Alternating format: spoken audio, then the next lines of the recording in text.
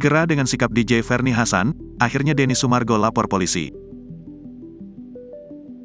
Laporan Denny Sumargo tersebut karena kesal hasil tes DNA terkait status anak diragukan DJ Ferni Hasan. Di samping itu DJ Ferni Hasan dinilai Denny Sumargo telah menggiring opini negatif di media sosial sehingga merugikan dirinya. Karena tidak terima nama baiknya dicemarkan, YouTuber Denny Sumargo akhirnya resmi melaporkan DJ Ferni Hasan ke Polda Metro Jaya.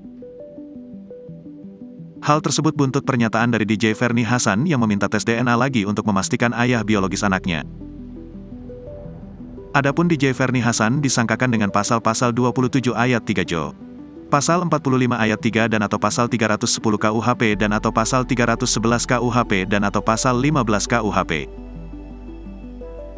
Jadi untuk meredam supaya juga ini berproses secara hukum, ada juga yang harus saya lindungi hak klien saya sehingga atas keputusan dari Pak Densu untuk melaporkan atas perbuatan pencemaran nama baik, kata kuasa hukum Denny Sumargo, Muhammad Anwar, Selasa, tanggal 22 Agustus tahun 2023.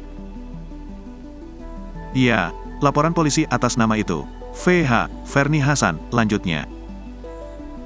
Kemudian Densu menilai Ferni Hasan telah menggiring opini negatif terhadap dirinya dengan beberapa pernyataan yang telah ia ungkapkan di media sosial. Kesannya, hasil tes DNA yang dulu diragukan. Lembaga Ekman di bawah RSCM, yang kredibilitasnya sudah dari zaman dulu diragukan. Kemudian dia kesannya, saya tidak berani tes DNA kedua kali, pungkas Densu.